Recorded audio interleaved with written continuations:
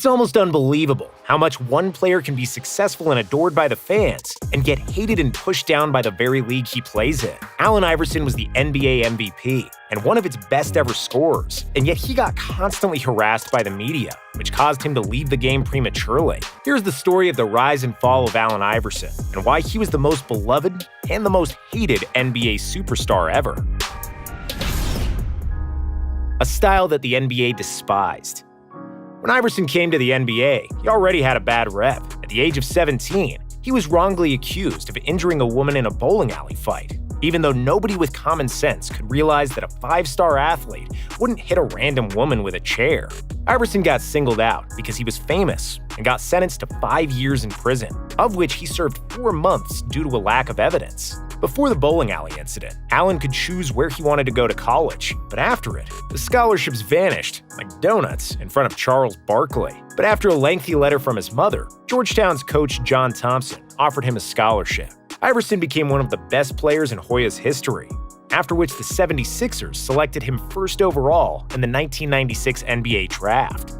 The 90s ISO-heavy style of basketball suited Allen Iverson, like tight jeans suit J-Lo's posterior, perfectly. AI was spectacular from the start, averaging 23 points as a rookie. When he shook Jordan and scored on him, the NBA had gotten its next big star, with a great game and the swagger to match it. And while the rest of the 90s players wanted to imitate Jordan and his Wall Street suits, Iverson wanted to imitate rappers. The 90s were the bling-bling era in hip-hop, and Iverson was the middleman between rap and the NBA. And because of his success on the court, swaggy clothes, and nonconformist interviews, Iverson became a trendsetter. After Jordan retired in 1998, NBA players rejected the suits and traded them for cornrows, baggy jeans, saggy sweatpants, throwback football jerseys, jewelry, do-rags, and hats. And there was no question who they got it from. It was a direct copy from Iverson.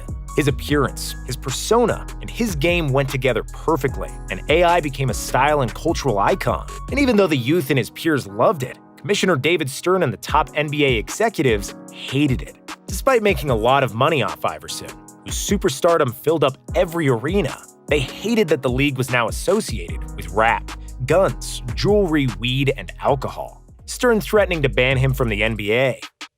Because of the way he looked, talked, and acted, and because he hung out with guys with criminal records, and because he was in jail himself, Allen Iverson became the most interesting and polarizing NBA player who constantly filled the newspaper pages. When Iverson recorded a gangster rap album in 2000 under the nickname Jules, releasing the lead single 40 Bars, it received enormous backlash, even though other NBA players have done the same thing in the past. Sure, it wasn't a particularly great song, and it was filled with profanity and homophobic lyrics. Then again, so were all the other gangster rap albums of that era. David Stern was furious, and he said that Iverson embarrassed himself, his team, and the entire NBA. He threatened to ban Iverson from playing if the album was ever released for mass consumption. Iverson's defense was simple. He said that if you don't want to listen to it, simply don't buy the album, not fully realizing the magnitude of his superstardom and the effect these lyrics might have. But eventually, AI caved in, and the album never saw the light of day. Next season, Iverson played the best basketball of his career,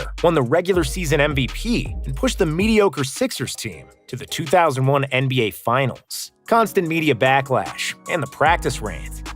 In 2002, Iverson led the NBA in scoring and steals for the second straight year and was voted to the first All-NBA team. But even though he produced on the court, the media wouldn't let him off the hook. After he got into a public argument with his wife, somebody made up a story that he threw her out of the house naked. Even though there was no evidence, and the story wasn't true, seemingly every media outlet ran with that story, portraying Iverson as a thug and a bully once again. Reporters were camping outside of Iverson's home for days, hoping to get a hot take and sell the narrative. A negative story about Allen was going to sell regardless of who told it, their credibility, and if it was true. That's how big of a star he was, and the media used and manipulated that. On May 7, 2002, Iverson was doing a press conference after Philadelphia's first-round playoff exit, which came at the same time as the death of Iverson's best friend, and Allen was in the worst of moods. And then, the media started asking him about missing practice, which became one of the most famous sound bites in NBA history. We just lost in the playoffs, and my best friend died a few days ago, and you're here asking me about practice. We are in here and we're talking about practice. Iverson's reaction was completely normal regarding the circumstances, and mentioning practice that at the time made no sense at all.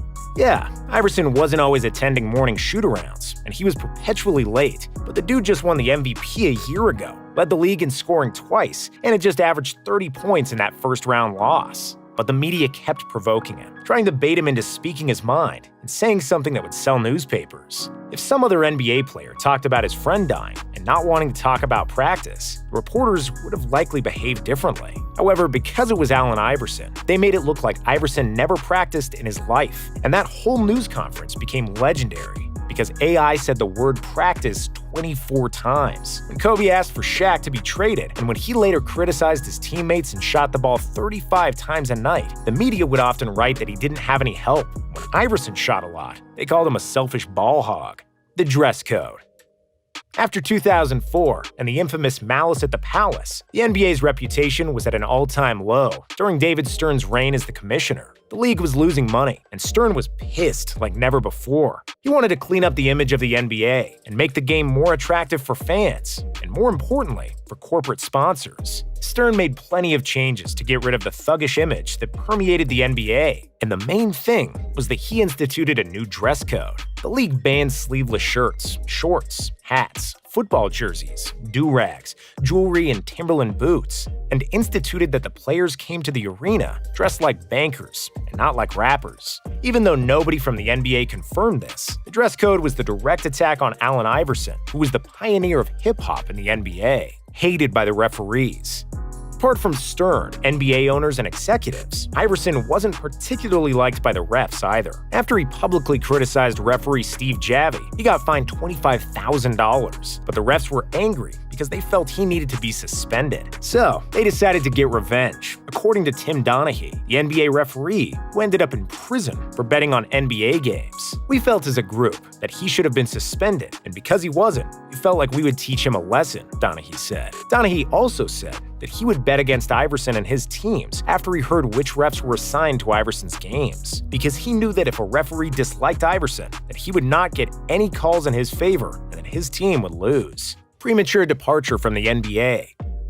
In 2005, the Sixers traded Iverson to Denver after several early playoff exits. With the Nuggets, Iverson actually played some of the most efficient basketball of his career, but they decided not to extend his contract after 2 seasons and traded him to Detroit. And that's when it all started to go downhill for Iverson. With the Pistons, Iverson got relegated to the bench, despite averaging a solid 18 points per game at the age of 33 and making an all-star team. The media did their thing, and they blamed Iverson for the Pistons not making the playoffs, despite AI playing only half the season for the team. He got chastised. He was called selfish and a bad teammate, and as a result, no team wanted to sign him in the offseason, other than the lowly Memphis Grizzlies, who were bound for the lottery. After only 3 games with Memphis, Iverson asked for a leave of absence, after which the Grizzlies waived him. AI was 34 at the time. He wasn't as quick as he once was, but he was still good enough to play in the NBA. After he got waived, no team wanted to sign him, even though a 38-year-old Shaq and Tracy McGrady with busted knees got an NBA contract, despite being far less productive than AI at that time.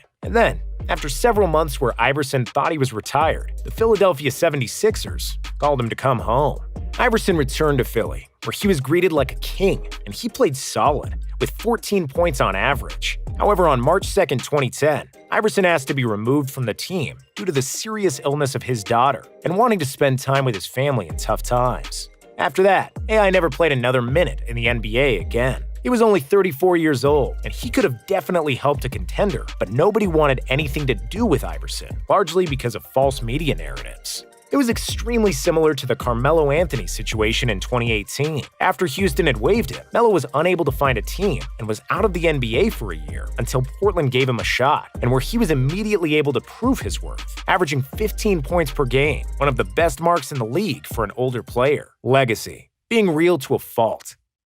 Iverson was frustrated with the NBA, and he didn't want to say stuff just because some PR guy told him to. In 2009, he was asked about the NBA Cares program, and without hesitation, he simply said that it's fake and that he prefers to help others when the cameras aren't around. Due to his realness and nonconformity, his fans adored him even more for saying things like that, and the NBA's top executives hated him even more. Iverson was extremely polarizing, and there was no in-between. People who loved him, they thought he was a 6-foot David who dominated the game of Goliaths, unapologetically driving to the basket time and time again, no matter how many times big guys have hit him and laid his skinny ass down. Those who hated him called him a ball hog who played selfish and inefficient basketball and didn't care or respect his coach and his teammates. In a way, both groups were right. Due to his insane speed and impeccable handles, Iverson could embarrass opponents like very few other people, and almost every game he produced something for the highlight reel, even though he was 160 pounds soaking wet. But this was the guy who never lifted weights, wasn't getting up before noon. If the team scheduled a morning shoot-around, Iverson was usually not there.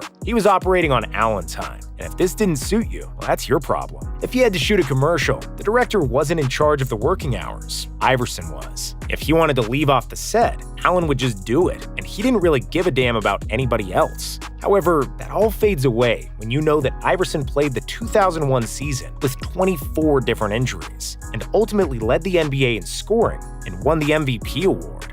Do you think that the Rolling Stones came to meetings on time and were darlings to deal with? No, of course they weren't. But they are still arguably the most popular band in history. And just like with the Stones, you have to let some things slide with Iverson. Because everyone knew, when they got on that stage, you could always count on them giving 110%. If you just looked at the box score, you would not be impressed due to the amount of shots Iverson took. But if you watched him play, you'd be amazed every time. And that's something no statistic can describe. And if you compare his unapologetic, no BS comments with the PR-polished news conferences of today, you realize that Iverson is a relic of the past, and understand why he is still more popular than half of the current NBA players.